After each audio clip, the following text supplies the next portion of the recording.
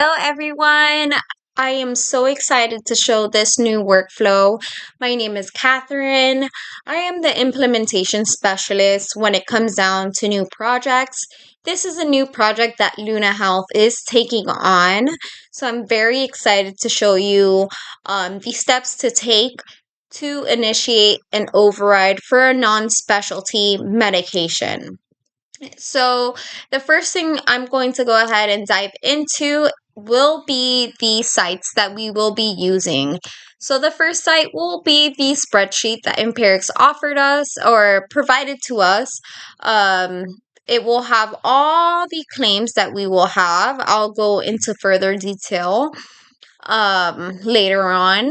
The second site that we will be using will be Tritium. Tritium is where the actual override will take place. And IDIC, once we get to that point, you will see why IDIC comes into play.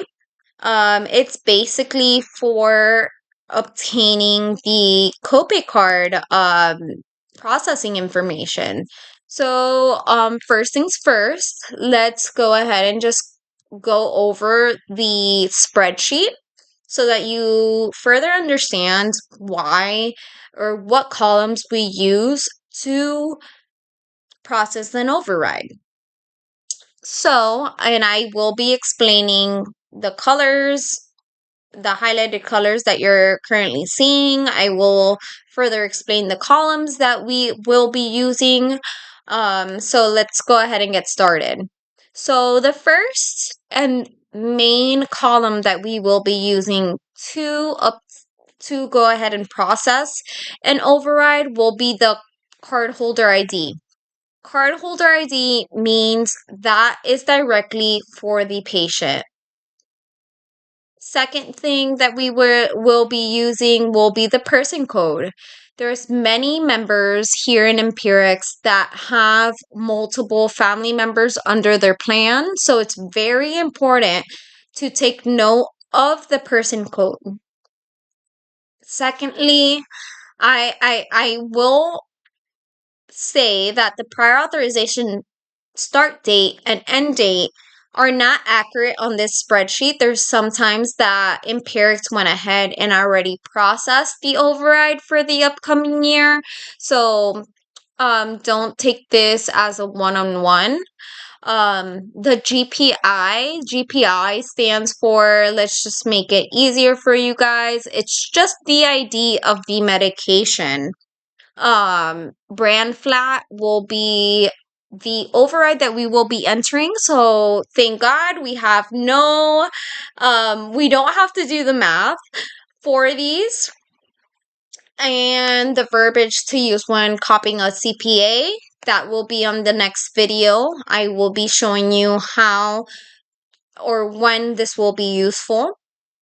The standalone will be the main focus of this training. And then the last column would be the initials and PA numbers created. So in this column, we will be adding our initials and we will be adding the PA override that we've entered. They're going to give you an ID once we enter it. You're going to see how this plays along afterwards. But I do want to state that it does state initials and PA numbers created, but let's just say if there's something wrong with the PA, or you're not able to figure something out, you can always leave a little note. Your supervisor or trainer will go ahead and add that to a chat to Empirics so that they can figure out. So, for example, for this one, you don't see my note there, but I was not able to locate this patient on Tritium. I let them know, hey, I'm not able to locate this patient on Tritium, and they went ahead and added their note right next to mine. Another thing I just want to clarify, as you see here, there is multiple medications which they're non-specialty medications. They have a little number right next to it. It's just to let you know how many overrides for that medication that we have to enter. As you see here, Eliquis has 2 names. So I am actively adding the generic names. You'll see when that comes into play. Because when you are seeing an override, they will do it under the generic name and not the brand name. So for you not to go ahead and check on Google or try to find out, break your head to find out the generic name, I am adding it for you. So let's go ahead and dive in already to our overrides. I am not starting from the top because we have done these already. So I will be scrolling down. I will be copying and pasting the card holder ID. So let's go ahead and copy and paste this. Copy. I apologize. And then on Tritium. So you may know Tritium already. We have worked on Tritium already. The only two tabs that will be used for the copay override for non-specialty will be the claims lookup.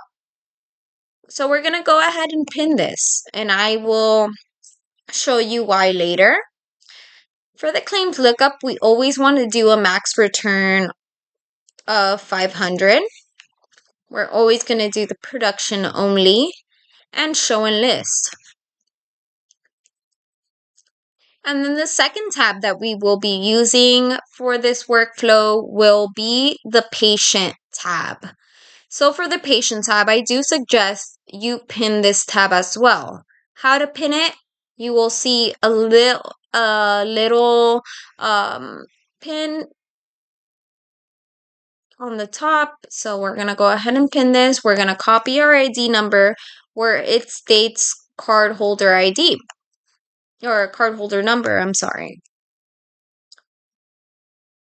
For this patient, I see that the override was 1/24/2024 to 12/31/2024. So that leads me to believe the patient's either not on the medication or we just have to do a little bit of digging. So let's open up their patient tab. We're going to use the patient tab first to make sure that there's no CPA, clinical prior authorization, already in place, or any overrides in place for the following year. So I'm going to click search. When it comes, like I stated before, the person code is very, very important. So for the person code on this patient that I'm working on is 1. To let other team members of our same team know that you are working the patient, I would like you guys to add your initials. Add your initials to let everybody know that we are working this patient. So this was patient person code number 1. So we're going to click number 1, which is Neil Pullman, Mr. Pullman. So when this populates, the first thing that I would like you guys to do is go down, make sure that they are an active member. So for members that are not active, we will not be proceeding with an override unless it's been a month. So right now it is 10/22/2025. If this member was inactive 10/1, 10/2, let's just say within a month, we will still be proceeding with the override. If it has been over a month, we will not be proceeding with an override. We will be going back to our spreadsheet and highlighting it red. We will leave our initials and we will say no longer on med, last fill date. Oh, I'm so sorry. That is not it. Let's take a few steps back. We will be adding our initials and adding member termed on the date that they were termed. Okay? So as we know, we saw this patient. They are still active. But I want to find out if we have a prior authorization or a override for next year. So we'll go ahead and click on prior auth list. This will populate. Since on our spreadsheet, we already know the generic brand name, so that's what we're looking for. That is exactly what we're looking for. We're going to scroll over. I see an override has already been placed. So we will mark our ticket. First things first, we will click on this to see who did the override and when they went ahead and added that override. A Santana. So we will add KD, PA. Let's copy the PA number so that they know that there's already an override. Created by A Santana. Santana. Let's go ahead and highlight this.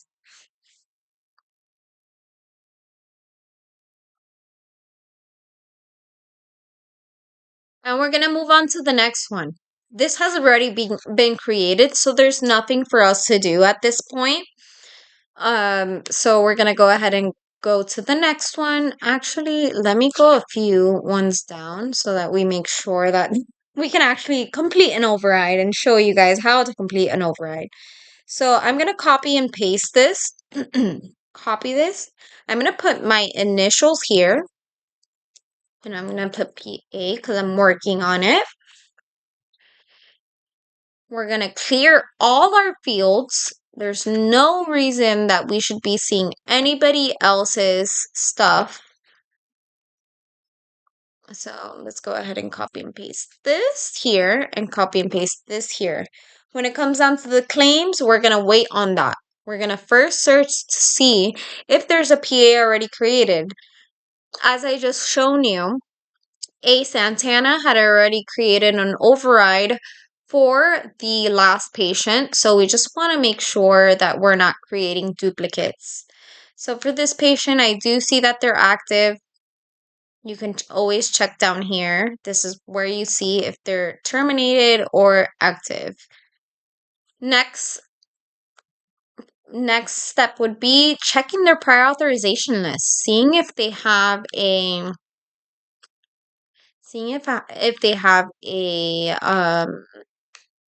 override already placed for next year. So I do see here that there is an override. It's not active. It was placed for last year. So the next step would be is checking their claims to see if they're still on the medication. So let's click the magnifying glass. Let's click search. I'm so sorry. Let's click search. We can go ahead and minimize this field.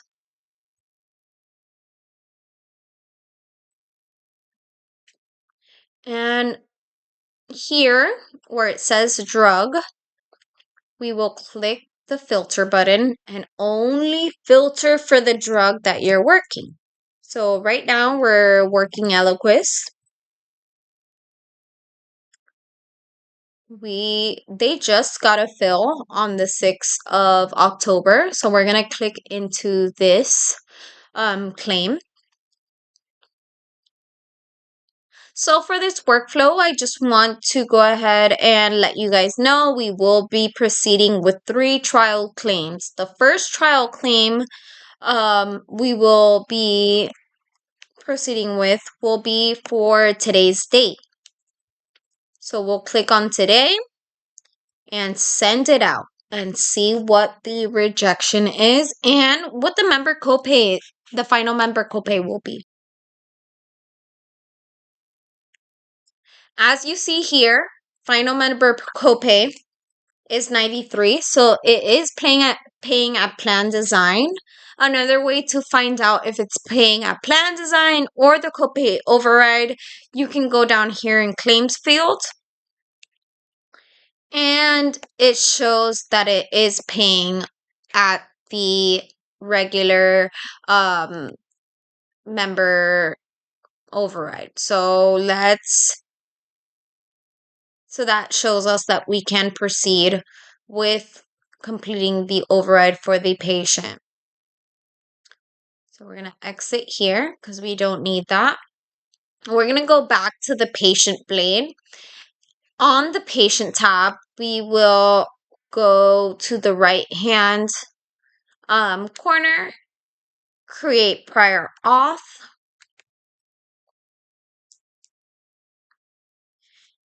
It's very crucial that we do not make mistakes on this workflow because it might disrupt the patient's medication.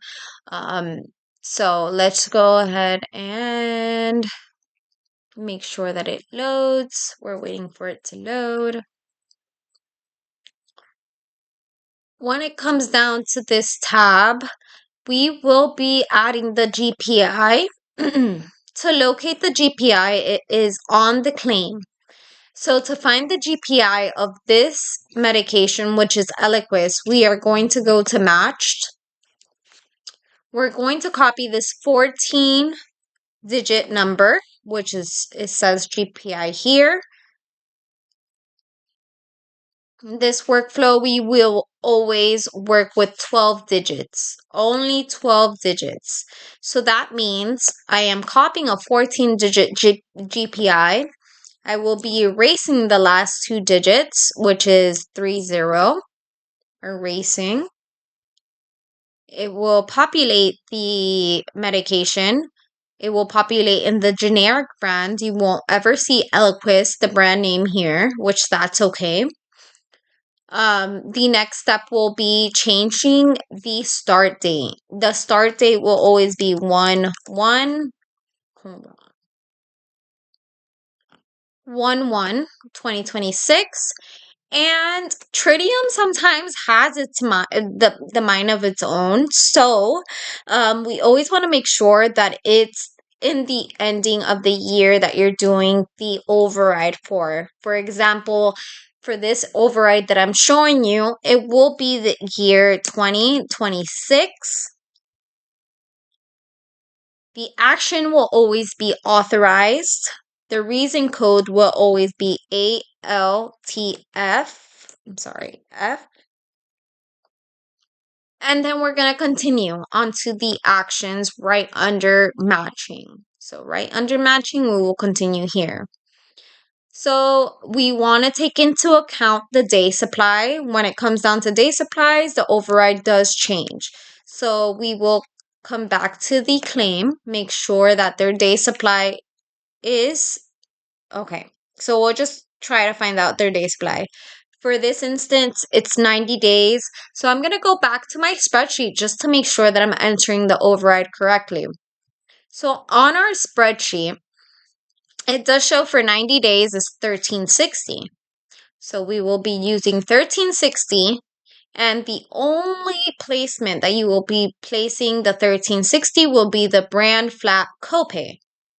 So let's go ahead and enter that 1360. Once that's entered, we will move forward to options.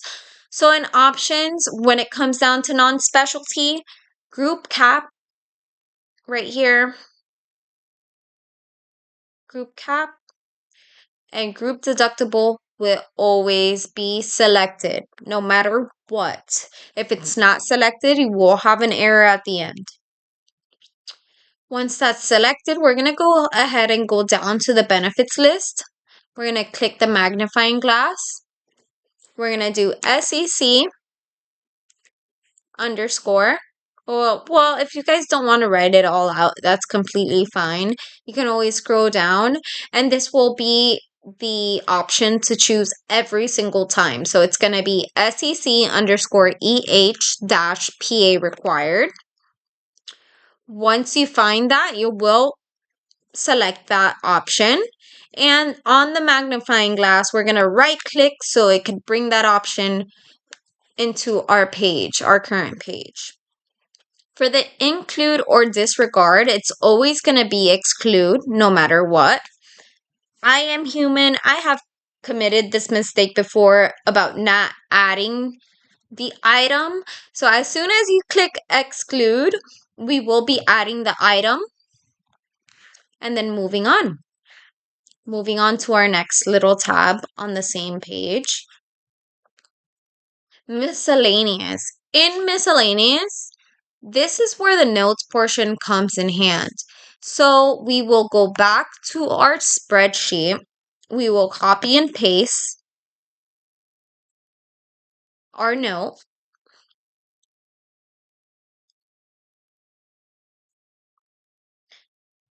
And we will fill in the blanks. Hold on. I'm so sorry. Sorry. Okay, so it is today's 10/22, 2025. The copay to update the copay to, it's not 425 because we're not doing a 30-day fill. We're doing a 90-day fill. As we know, we are doing 1360. Expected to pay $10. We don't have to change anything there. And then the effective date will be the dates that you entered initially. So it would be 1/1/2026, expires 12/31/2026. My initials, which is KD, to let them know who went ahead and processed that override. And this is where IDIC comes to play. So we're going to copy the member's ID directly from the claim. On IDIC, we will click on tickets under clinical, copy paste the ID, and we will find the copay card details. For this member, there are copay card details, so we're just going to copy the BIN PCN group and ID. There's no need to copy the date that they were enrolled or the drug name, since we are doing it under that drug. And I will just copy and paste this. And I just want to make sure that I did everything correctly before going ahead and creating this override. So I'm going to go back to matching. I entered my GPI. I entered the correct start date for next year. I entered the correct end date for next year. In action, I put authorized, reason code, alternative funding. For actions, literally, it's just you're only entering the brand flat copay. Options is always group cap and group deductible. And as you know, it is for the benefits list is SEC_EH dash PA required and excluded. We're going to go to miscellaneous to make sure that we entered all the information correctly. So everything looks beautiful on this end. I feel confident that I've entered all the correct information. So we're going to go ahead and create this.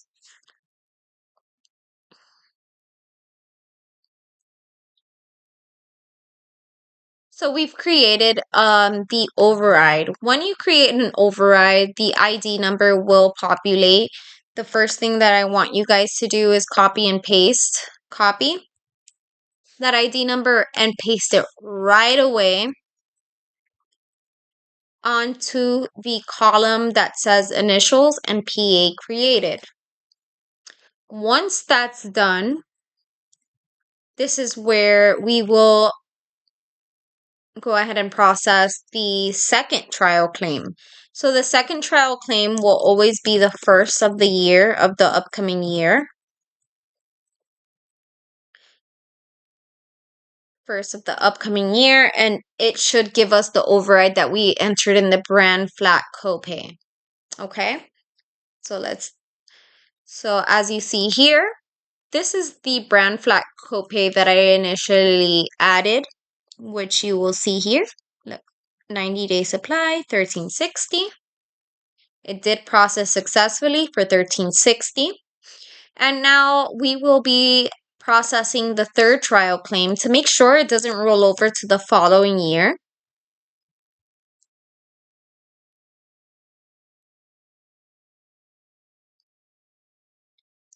Alrighty, when you see the rejection code 85, don't get scared. Don't think that you did something wrong. Is that for this patient, it is way too far to go ahead and process a trial claim. But everything is all done with this patient. So we'll go ahead and exit out. Everything has been done. We will highlight this row in green because it has been done already. Do not follow this because this is just, I'm just doing it in the test environment, but it should only be your initials, PA, and the PA number and the override number.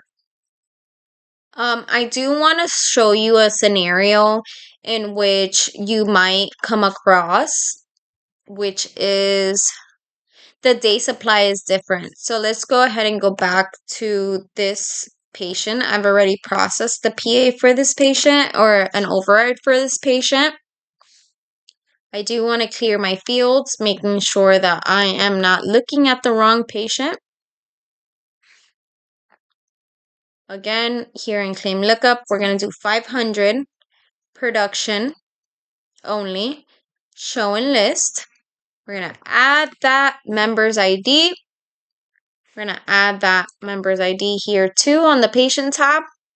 And we're going to search. We're going to do our little investigation.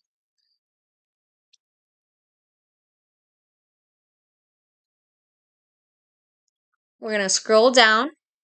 We already know this member is active. Prior authorization list. You will see my override here in this blue highlighted cell or row. 1/1/2026 to 12/31 to 2026. Let's just go ahead and look at what we did or what I did. So I did the start date of 1/1/2026 and date 12/31/2026.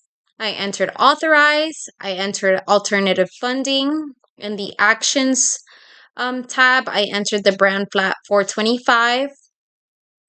Options is always group and deductible. And I entered and added this item, which is the benefit name. We will always be using SEC_EH-PA required and excluded. On the next tab, we will be entering we would just be copying and pasting what is on the spreadsheet, which is this one. I entered the date that I done the override. I entered the date that it begins and expires, and I did enter the processing info. So when I come to the claims, let's go ahead and search up a claim. Just bear with my computer. It goes a little slow. I'm sorry about that. Hold on.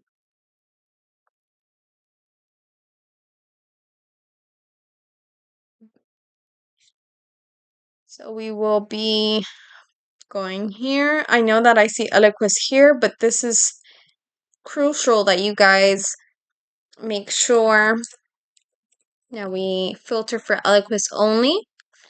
We make sure that the patient code is 0, because this patient code is 0, as you see here. So we're looking at this, we're looking at the correct claim for the correct patient.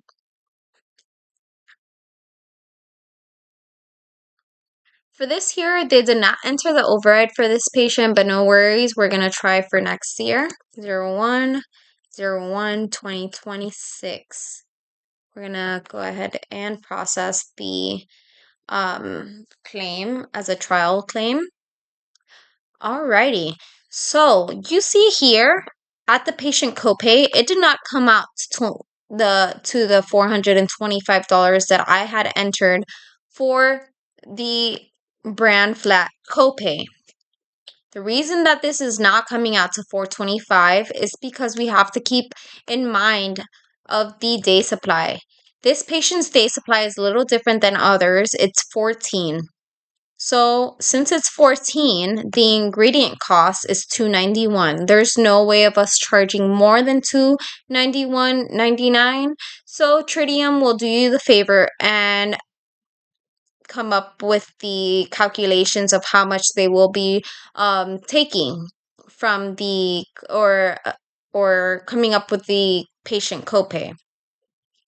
It's $272.02. I know that it's correct because it did process successfully. And it did the math for me. So there's no mathematics that that has to be done on our end. Since it's a 14-day supply, I went back into my spreadsheet. I added the PA number that it processed under. If you want to see what it processed under, you will go down here where it's highlighted. When it is highlighted, I do want to state that there is a prior authorization. If there was no prior authorization on file, this would not be highlighted. So we're going to click on that. 266,505. And then as you see on my note, it's 266,505. And I will let Empirics know that it is a 14-day supply. So if anyone from Empirics goes ahead and logs in and sees this claim, and they're like, hey, there's the override amount is not 425, they will see here that it's a 14-day supply, so it will never equal to 425.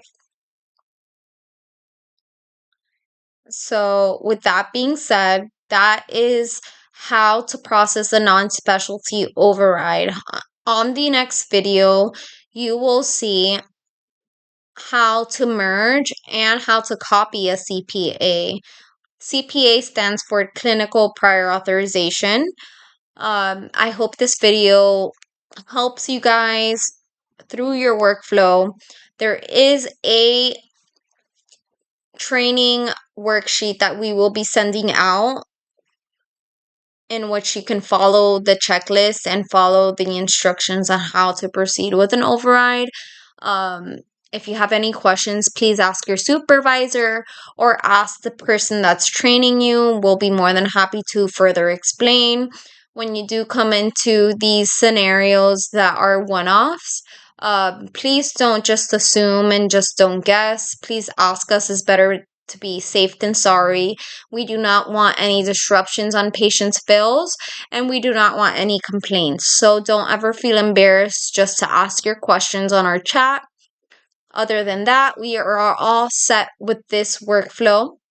I hope that you guys comprehend this. And if you have any questions, feel free to ask. Thank you.